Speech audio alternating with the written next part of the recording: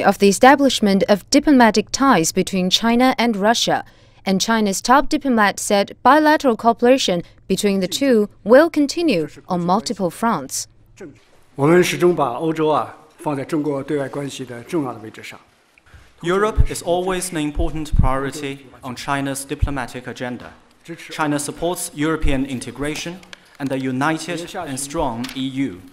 Later this month, President Xi will visit Europe on his first overseas trip this year, which speaks volumes about China's support for Europe. On the other hand, our relationship is not insulated from external interference and distraction. China hopes to have more dialogue with Europe to properly handle and manage the situation. In a world full of uncertainties, China and Europe are both for multilateralism and against unilateralism and protectionism. We have common views and concerns on these important issues. A growing number of European countries are taking part or are considering to take part in China's Belt and Road Initiative, but according to European media, some still have reservations. For this, Wang Yi had this to say.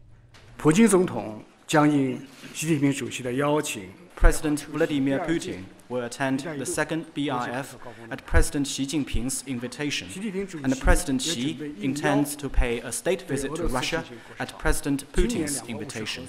2019 will be a year of harvest, notably the completion of 3 major projects. The eastern route of the China-Russia natural gas pipeline, known as a project of the century, will be operational within the year. Our first cross-border highway bridge through Heihe will soon be open to traffic, and our first railway bridge through Tongjiang will be completed.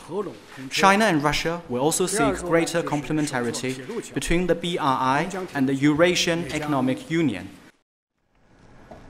Well, at this morning's press conference, issues surrounding Chinese telecom equipment maker Huawei were, of course, touched upon right at the beginning. And here's the latest on this matter.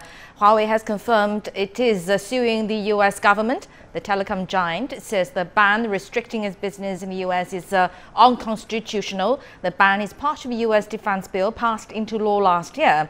And the Chinese Foreign Ministry says Huawei is justified in going to court to defend its right. All right, to discuss more about this, we're now having our guests in the studio, Vice President and Senior Research Fellow of China Institute of International Studies, Professor Rong Ying, and also Professor Rick Dunham from Tsinghua University. First of all, welcome to Global Watch, gentlemen. The first question regards to the Huawei. Concern over the fate of Chinese telecom firm Huawei came ahead of U.S.-China relations at this year's press conference on foreign policy. Of course, and Foreign Minister Wang Yi said resolutely safeguarding the legitimate and lawful interests of Chinese businesses and citizens is a bounden duty of the Chinese government. He also said the country encourages the companies not to victimize like silent lambs, as we heard just now. So is the government stance reassuring other Chinese companies with interests abroad have their legitimate rights will be well protected? Is that the message that he's trying to send here? Indeed, I think he sent several important messages. First and foremost, of course, as the government, that strongly feel that the bound responsibility to safeguard, the legitimate and legal rights of Chinese businessmen, businesses, and individuals. This is very been clear and very clear and strong. And in the meantime, I think he's also making a strong political argument that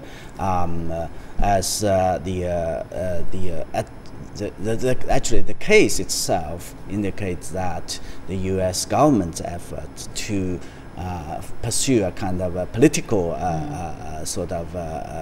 way to undermine developing countries' efforts to pursue their technological development. This is very unfair, and also I think it would mean that the developing country as in general. I think, as they are pursuing development, they need a more favorable, more fair sort of environment, if legal environment. The determination is there, the great support is there, but it's a legal case between Huawei, the company, and vs the U.S. government. How can Chinese government play a role here? Well, certainly, I think, as I said, it is a legal case between a business, a company against the U.S. government. But in the meantime, as I think Minister Wang Yi made it very clear, I would offer its strong, political support and to help them. And the most important thing is, I think, the message to the outside world that this is unfair. This is a political game. It is not a kind of right way to pursue a kind of interest under the pretext of national security. And that's exactly the accusation, the criticism against China. So it's a very clear kind of double standard here. And I think it is right for Chinese government to come up in such a strong and clear way.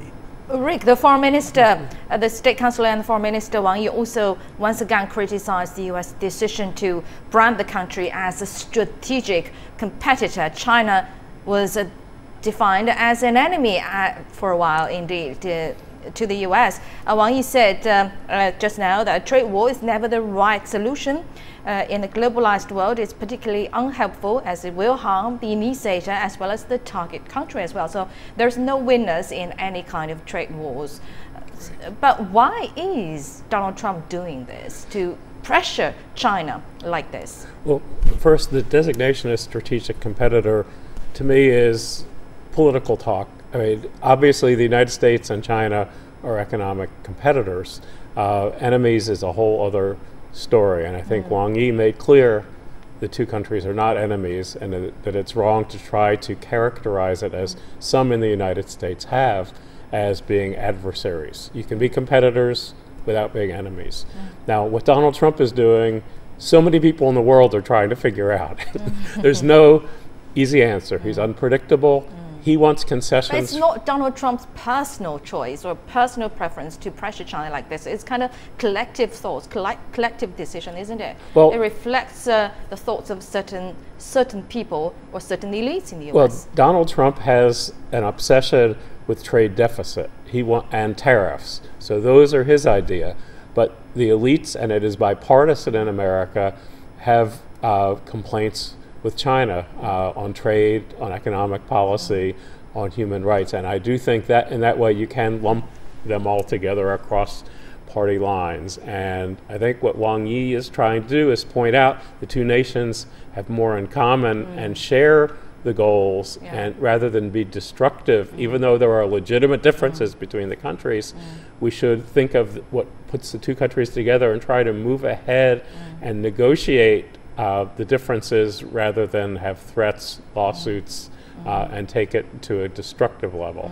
It's always better to have more friends instead of enemies in this world, no matter for a person or for a country. All right, thank you very much, gentlemen, for your insights. Now let's take questions on the Second Belt and Road Forum. Wang Yi also released some details on the highly anticipated event, which is scheduled to take place in late April. Let's take a listen of that. 第二届论坛呢，有3个鲜明的特点。 The second BRF has 3 things to watch for. First, the number of foreign heads of state and government expected to attend will be much more than that of the first BRF. Second, it will be a much bigger gathering, with thousands of delegates from over 100 countries expected to attend. Third, there will be more side events, including 12 thematic forums focusing on practical cooperation, and for the first time, a conference organized specifically for the business community. All right, now back to our guests, Professor Rong and Rick. Now, the Foreign Minister went through a long list of projects to demonstrate how countries are actually benefiting from the Belt and Road Initiative, both economically and socially. And why did he do that? I think he's trying to answer the questions and suspicions from outside China about this initiative, such as the debt trap, such as China's political attempt into it. A lot of debate on that as well. What do you see those worries, those concerns? Yeah, I think certainly the answer, the question that as interestingly is being asked by an Arab media, a lady, which I think received appreciation by the foreign minister himself. That's a very, I think, light moment, but it is also important because after all, I think BRI initiative have received a wide range of support, particularly from this developing country, including Middle East Arab countries.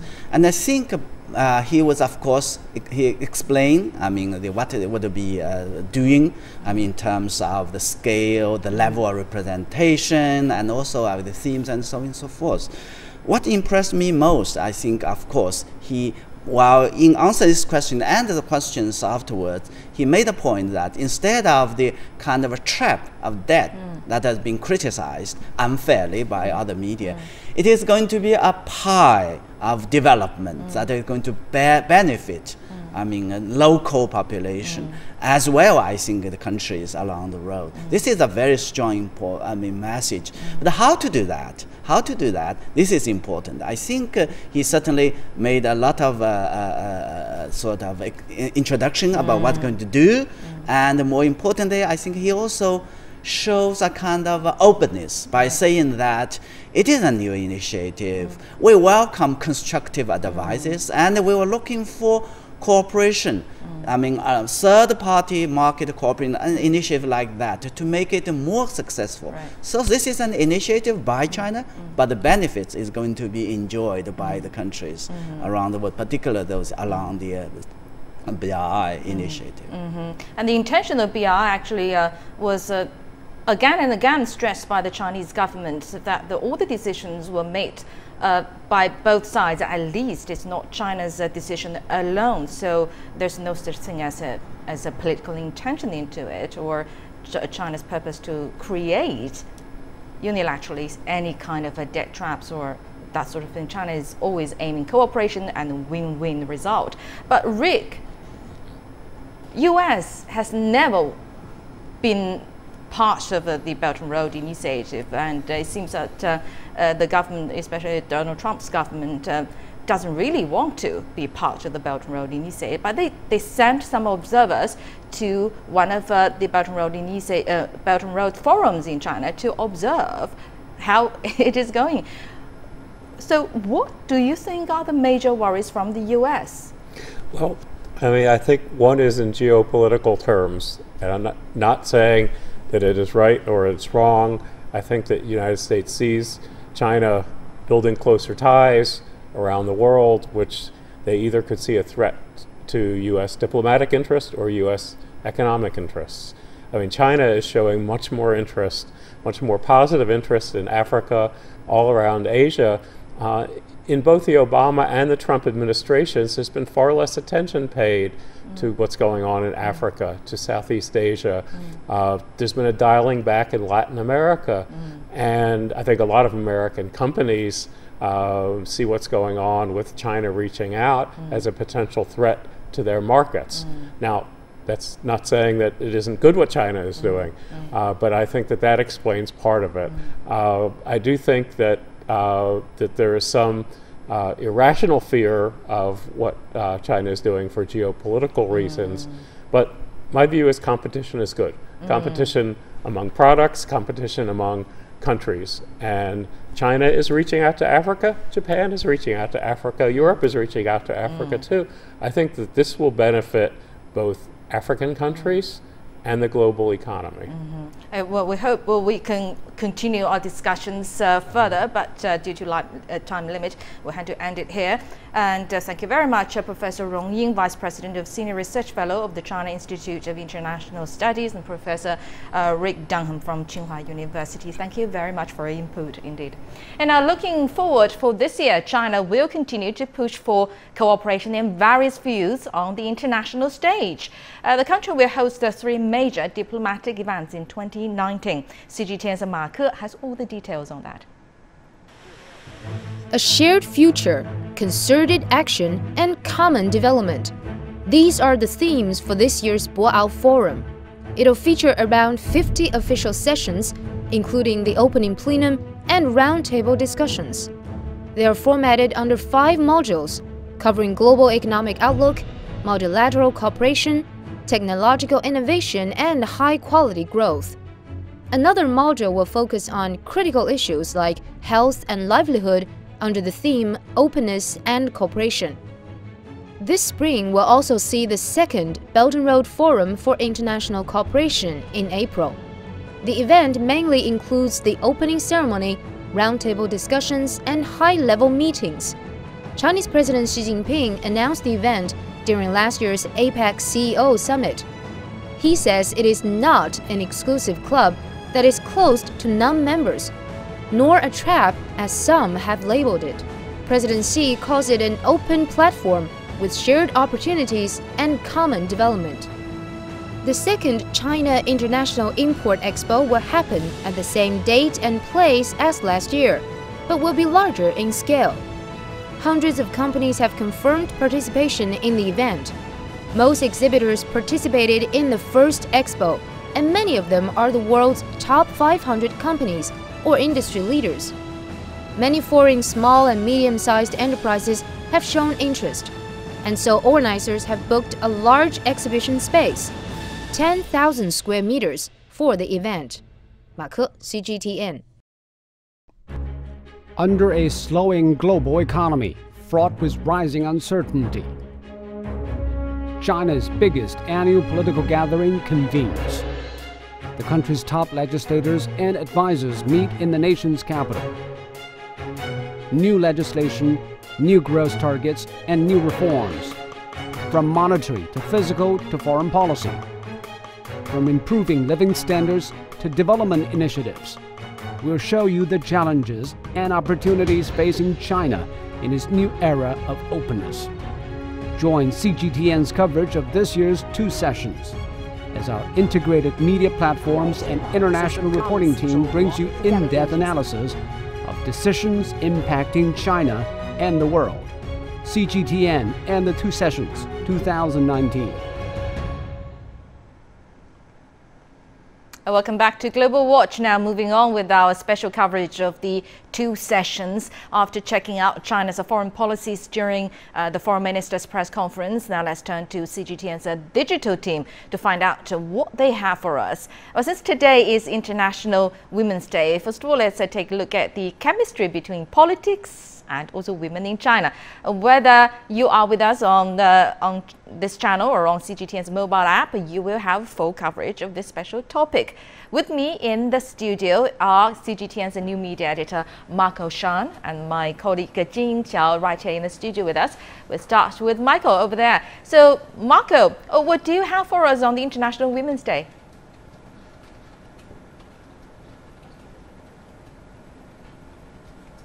Hi Dongning, and hello everyone. Here's Marco live from CGTN Digital's newsroom.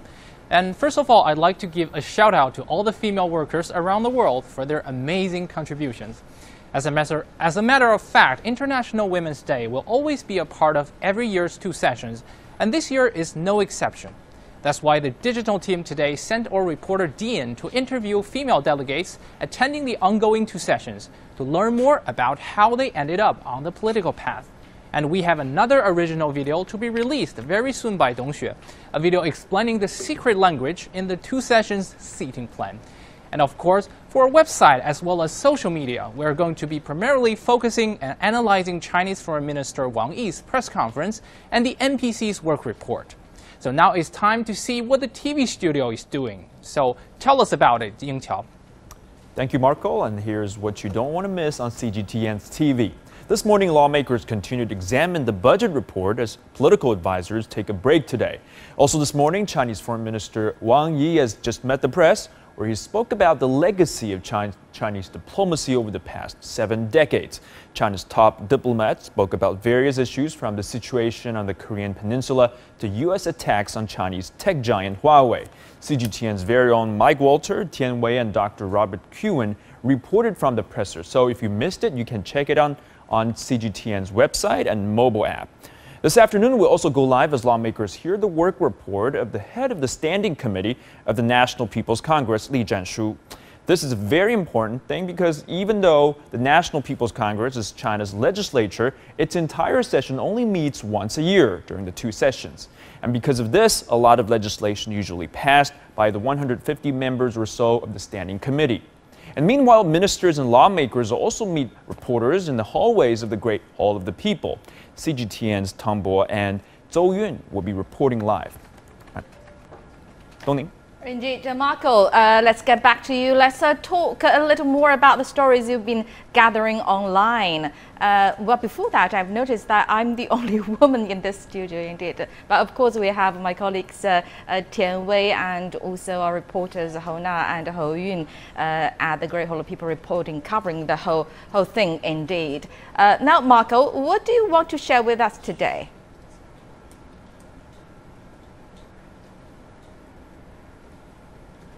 All right, thank you, Dongning. And since today is the International Women's Day, I'd like to share a couple things about the women at the two sessions.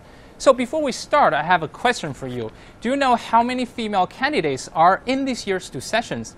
On CGTN's interactive page, Who Runs China, we give you a detailed information about each deputy, including their ethnicity, gender, and professional background.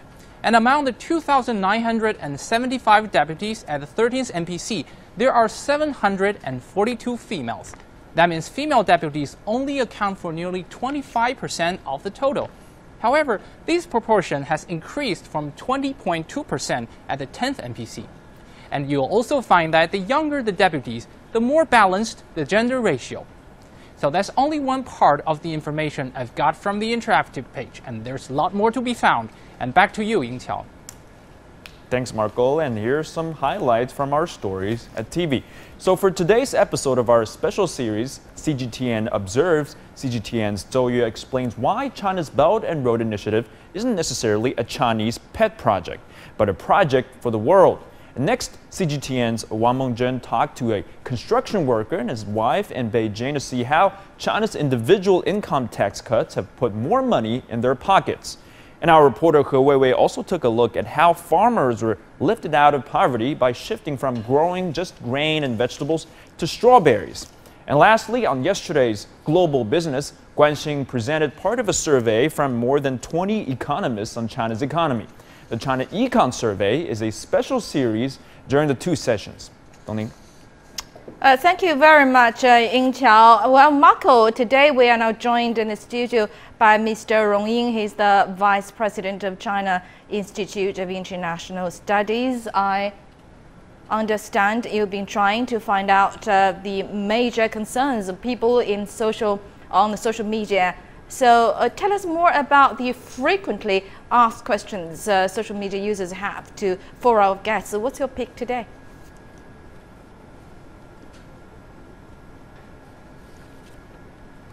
Oh, thank you, Dongning, and hello to Mr. Rong. And my first question is that there are videos online asking whether China is safe, and lots of comments stating that China is actually safer than most countries in the world.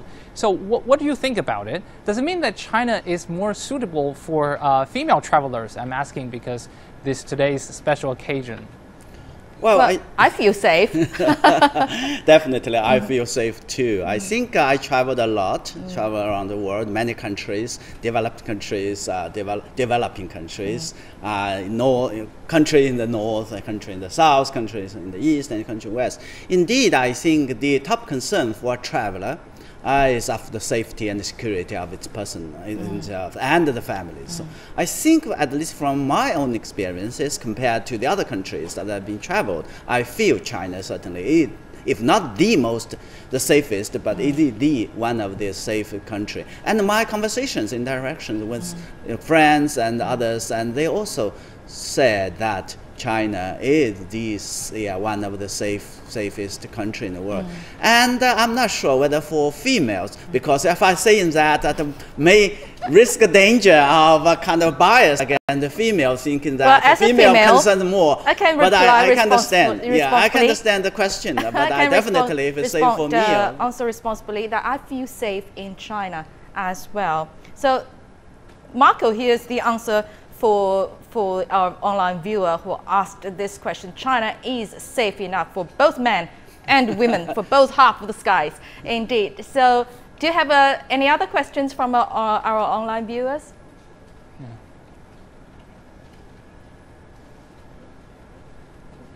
All right, thank you, Dongning. And my another question from me is from our Ask China series in regard to China's diplomacy.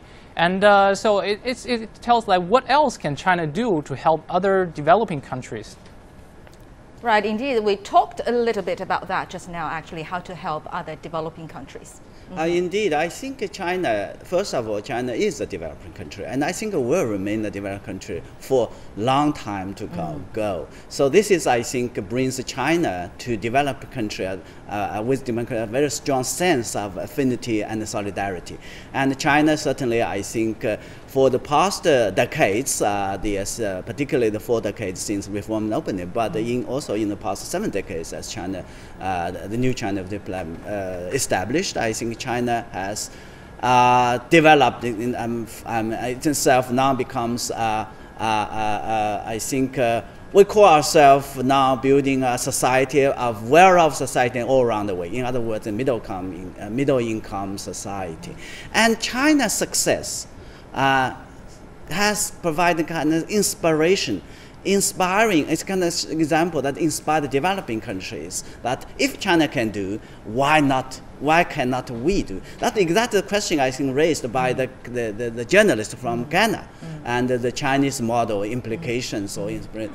And secondly, I think China has always been working together and within with developing countries for the spirit of South-South cooperation. So even though when China were not developed, when China had its own problems, and the last but not least, I think China has put forward many initiatives. BRI certainly is one of them. And that has, I think, provoked or inspired the other countries in the world to work together with the developing countries. So all in all, I see at least 3 fronts: China's own success, the inspiration, and China's efforts, cooperation, win-win cooperation, and last but not least, I think the efforts that China's sort of cooperation and support with the developing country that has bring to the good willingness of other countries, the world in general, to develop. Right, so it's creating a rippling effect on that regard, indeed. Thank you very much, Professor Rong Ying,